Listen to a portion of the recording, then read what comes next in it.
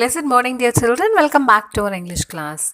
So, children, today we are going to start a new chapter, and by seeing the picture, you can guess the name. Yes, very good. The Pied Piper of Hamelin. So, it is written by the poet Robert Browning.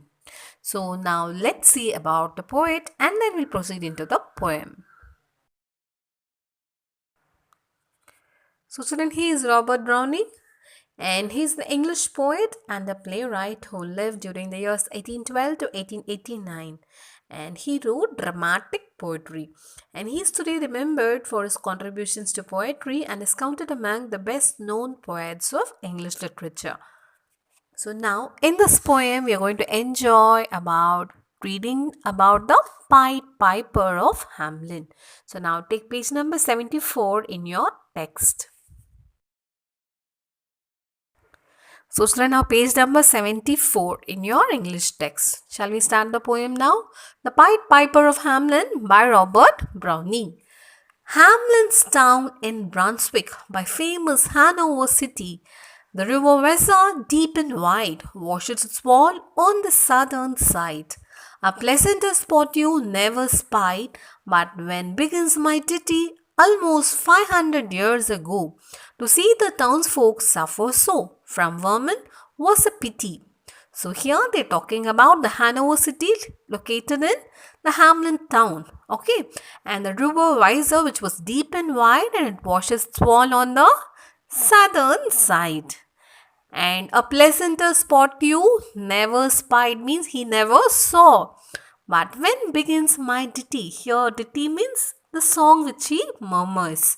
And almost 500 years ago, to see the townsfolk suffer so from vermin was a pity. Here vermin is nothing but a rat. So almost 500 years ago. And the townsfolk means the people living in the town, they were suffering from which animal? Here the animal is rat. Okay, now the second stanza. Rats, they fought the dogs and killed the cats and bit the babies in the cradles and ate the cheeses out of the vats and licked the soup from the cook's own ladles, split open the kegs of salted sprats, made nest inside men's Sunday hats, and even spoiled the women's chats by drowning their speaking with shrieking and quaking in 50 different sharps and flats. So this answer they describe about the rats' activities. Okay, so they fought the dogs and they killed the cats. How ridiculous, isn't it? And the rats bit the babies in the cradles. So, children, when you see in the hospitals and all, no, in some government hospitals and other sites which is not properly maintained, you can find these rats moving here and down. Okay, so it is unhealthy and they ate the cheeses out of the vats. So here what do you mean by vats? It means storage tanks. Okay, and they licked the soup from the kitchen, and ladles here means serving spoons, and split open the kegs. Kegs is nothing but barrels of salted sprats. Sprats are nothing but small fish, and they made nest inside men's Sunday hats. See where they are living in man's hat, and they even spoil the women's chat. That means when we are talking seriously, what we will when we see the rat, we'll just go and chase them, isn't it? Like that. And by drowning their speaking with shrieking and squeaking, that is the sounds made by them. And in 50 different sharps and flats. Your sharps is nothing but high pitched sounds, and flats also low pitched sounds. So different kinds of noise made by the rats. Okay. So one day the townsfolk flocked into the town hall and they appealed to the mayor to urgently look for some means to rid the town of rats. That means somehow we want peace from the rats. Suddenly a strange looking man, tall, thin, wearing a long red and yellow coat, appeared in the doorway, and he told the mayor he could rid the entire town of rats for the price of 1,000 guilders. Here, guilders is nothing but a former use of money in Netherlands. So, in India, we have rupees. In US, we have dollars. So, in Netherlands, they use this guilders. Okay. And the mayor agreed gladly. Gladly means happily. Okay. Now, the next page. Into the street the piper stepped, smiling first a little smile, as if he knew what magic slept in his quiet pipe the while.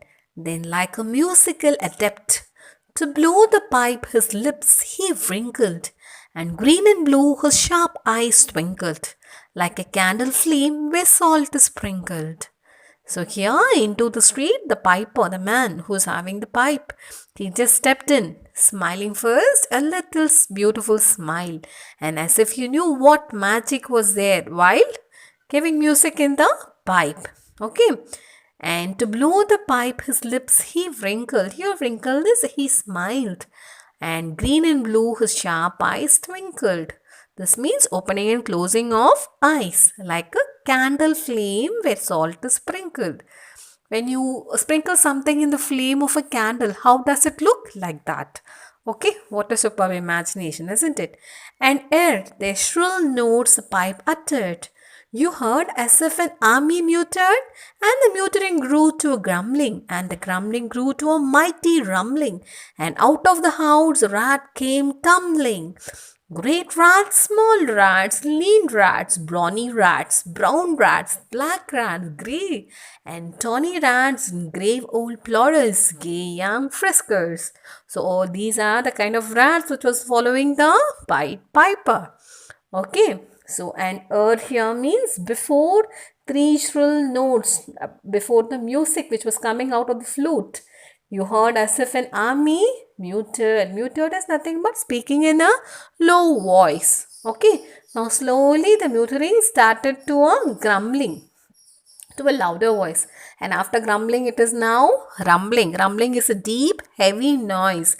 And after that it is tumbling. So more and more noise is coming, and all kind of rats, black, grey, tawny, brown, fine, all are coming. My friskers. Yes, those who jump all one by one, they are jumping there for.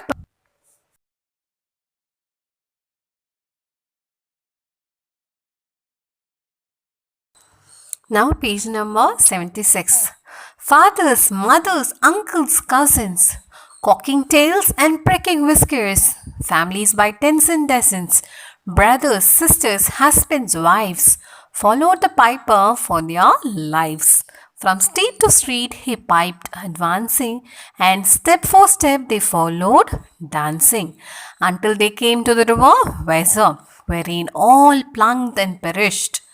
So here all are joining the Pied Piper with his beautiful music. Okay. And the townsfolk rejoiced. Rejoiced means what? Enjoyed their song. And Hamlin was at last free of rats. The piper asked the mayor to give him his due. And the ungrateful mayor and the corporation refused, saying that as the work was already done, all they could offer the piper was a hearty drink of wine. So little did they know what fate would befall the people of the town for their ingratitude. So what he promised, he didn't do. The mayor didn't agree, and they just said, okay, you have done your job, but what we can do is we can give only a hearty drink of wine. So he said, okay, something is going to happen. So this is what you said. So he just continued. So once more he stepped into the street, and to his lips again laid his long pipe of smooth straight cane. And ere he blew three notes, such sweet, soft notes as yet musicians cunning never gave the unraptured air. That means enchanted by the music. And there was a rustling that seemed like a bustling. Bustling means here busy movement of merry crowds jostling and pitching and hustling. Jostling means pushing against each other, and hustling means again it is pushing. So small feet were pattering, wooden shoes clattering. Pattering here means yes, we're moving with quick and light steps, and wooden shoes were clattering, making the same sound. Little hands clapping and little tongues chattering. Chattering means yes, a small discussion. And like fowls in a farmyard where barley is scattering. So you all know barley, isn't it? And out came the children running, and all the little boys and girls with rosy cheeks and flaxen curls. Flaxen curls means here they describe the hair. which is in pale yellow color. Okay, and sparkling eyes, shining eyes, and teeth like pearls, tripping and skipping ran merrily after the wonderful music with shouting and laughter. So now all the children are, yes, following the Pied Piper. So now page number 77 will just continue. The piper led the dancing children to the high Koppelberg hill, and a huge cavern opened in the hillside, and the children followed the piper into the cavern and never to be seen again. So in the last four lines, the poet addresses Willie the child he has written the poem for. Okay, so Willie, let me and you be wipers of scores out with all men, especially pipers, and whether they pipe us free from rats or from mice. We've promised them aught. Aught means anything. Let us keep our promise. So again, the poem is completed. So here Willie is the child he is writing the poem for, and you be the vipers. What do you mean by vipers of scores out with all men? So those who give back to people whatever we owe them, whatever we are supposed to give them. Okay, and whether they pipe us free from rats or from mice, and we have promised them aught. Aught again is nothing, so let us keep our promise. It is good to keep a promise, isn't it, children? Whatever we do, we have to keep up our promise. Okay, so now just we'll see the short content of the poem now. So, The Pied Piper of Hamelin is a long poem about the fantastical tale of a piper who lures away rats and children with his magical pipe. So, here parts of it have been compressed into a prose so that the moral message of the story can be conveyed to us easily. Okay, so 500 years before, the speaker of the poem and Willie lived in the pleasant town of Hamelin in Brunswick. Germany suffered a serious rat infestation, and the harassed townsfolk appealed to their mayor for help. And it was then that the piper came to rescue. So he offered to get rid of the rats on the condition that he was paid 1,000 guilders. Okay, and I told you what are guilders? Yes, the basic currency of Netherlands, isn't it? And he played his pipe and drew out the pest, and they followed him all the way to the river Weser where they drowned. So here pest refers to what? Yes, the rats. Okay, children. So instead of rewarding the piper as agreed, what did the mayor do? The mayor just thanked him with a glass of wine. So here things take a sinister turn. So the insulted piper played his bewitching music once more, and this time he took away the children of Hamelin. So second time when he started the three notes, what happened? Now the children started following him, isn't it? So they entered a cavern with him and they were never seen again. So in the closing lines of the poem, the speaker warns Willie that one should keep one's promise. Okay, children?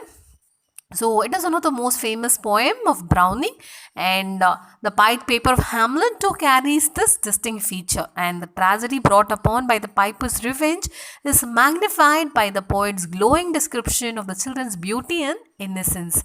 So it serves as a reminder of the precious things that could be lost because of greed, falsehood and trickery. So what you should do, children? Yes, keep up your promise. Think positive and do positive things, and always positive things will happen in our life. Okay? So children, complete the sentences and answer the following I have given in the assignment. You can just copy down neatly in your classwork. So now we'll just concentrate in the topic infinitive phrase.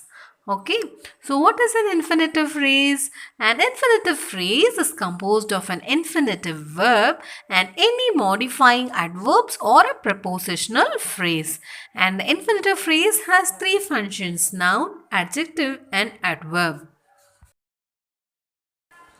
So first of all, how is this infinitive formed? So an infinitive is formed from the word to, together with the base form, that is present tense of the verb. Okay, for example, to skate, to see, to write, to stop, to use, to shimmer, to entertain, to read, anything. Okay, children. So now we'll see what is given in our textbook. So children, before getting into infinitive phrase, we'll just revise about the clauses again so that it will be easy for us. Okay children. So an infinitive phrase is a group of words with an infinitive and may sometimes replace a clause in the sentence. And we have already learnt about three clauses, isn't it? So first one, noun clause. So a noun clause works as a noun and answers to questions such as who, what, are, whom. Okay, so here a noun clause in the infinitive phrase can be replaced as example, the Pied Piper was sure that he would rid the entire town of rats. So that he would will be changed into to rid. So I already told you how to change. For infinitive we have to use to. So the Pied Piper was sure to rid the entire town of rats. Okay. So next one is adjective clause. So what is an adjective clause? It does the work of an adjective, and in most cases an adjective clause begins with a relative pronoun such as which, that, whom, whose or who. Example. So this is the poem that you should read. Okay, so how will you change using an infinitive phrase? This is the poem to read. That's all. Next, third one. An adverb clause. An adverb clause works as an adverb and answers to the questions why, where or when. So here the sentence given in your textbook is the Pied Piper went to Hamelin so that he could entertain the townsfolk there. So that he could entertain. How can we change? To entertain the townsfolk there. Okay. So we have to just read the sentence and change the word to. That's all. Okay. Now let's see the exercises. So first, replace the infinitive phrase with a noun clause. Okay, so first one, the Pied Piper was told to destroy all the rats in the town. So how can we change, children? Yes, what did I tell you? So we have to change. To was given. So infinitive phrase is given. Now we have to change into noun clause. So how we have to do? The Pied Piper was told that he must destroy all the rats in the town. So what have we changed? The to we have to change into that. Okay, the Pied Piper was told that. So only I have circled that he must. Okay, children. So here the noun clause. So what are we circling there? That he must. Okay, second one. We are hoping for Sana to become the head girl of her school. So again, how to change? We are hoping that Sana becomes the head girl of her school. Third sentence. The police tried hard to solve the case of the bank robbery. So what will be the answer? The police tried hard that the case of the bank robbery to be solved. Fourth one. The director believed Mr. Das Gupta to be a deserving candidate. So again we have to change that Mr. Das Gupta. Okay, and the last sentence. The court asked Mr. Shenoy to vacate the house. The court asked will be changed into told Mr. Shenoy that he had to vacate the house. Okay, so first, what is the basic here? You have to know all the three clauses. Okay, so I have attached the link. If you forgot about clauses, you can just revise back and come again. So next, use infinitive phrase in place of adjective clauses in the sentence. Okay, so first question, here is a practice test paper that you should solve. So how shall we change? So this is adjective clause. Okay, so here is a practice test paper for you to solve. Okay, children. Second one, this is the girl whom you should marry. This is the girl to marry. Next, can you suggest the bus that I should board? Can you suggest which bus to board? Fourth one, this is the film which you must watch. What will be the answer? This is the film to watch. So did you notice in all the answers we are having the word to? Why? Because here we are converting it into an infinitive phrase. Okay. Next. So next Roman, let us replace the infinitive phrase with the adverb clauses. So first question is, Adarsh reached the venue early to buy the front row seats for the concert.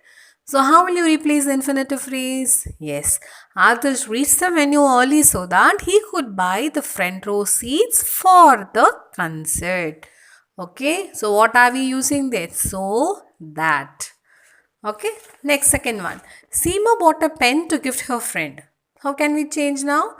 Seema bought a pen in order to gift it to her friend. Third one. Zaina gave Rishi a set of cricket gear to pack. So what will be the answer? Zaina gave Rishi a set of cricket gear so that he could pack it. Fourth one. Tanya picked up the phone to call her friend. Tanya picked up the phone in order to call her friend. Okay. And the last one. Grandfather switched off the television to sleep. Grandfather switched off the television because he wanted to sleep. So this is how we are using the adverb clause. I have this circled and underlined. Okay, children, for your understanding. So if you cannot understand, I have given the link also for separately for grammar. You can just go through. So children, complete your classwork neatly with legible handwriting. Please don't have any incomplete work. Prepare well for your upcoming exams. Okay. Thank you children. Have a great day. Take care and stay safe.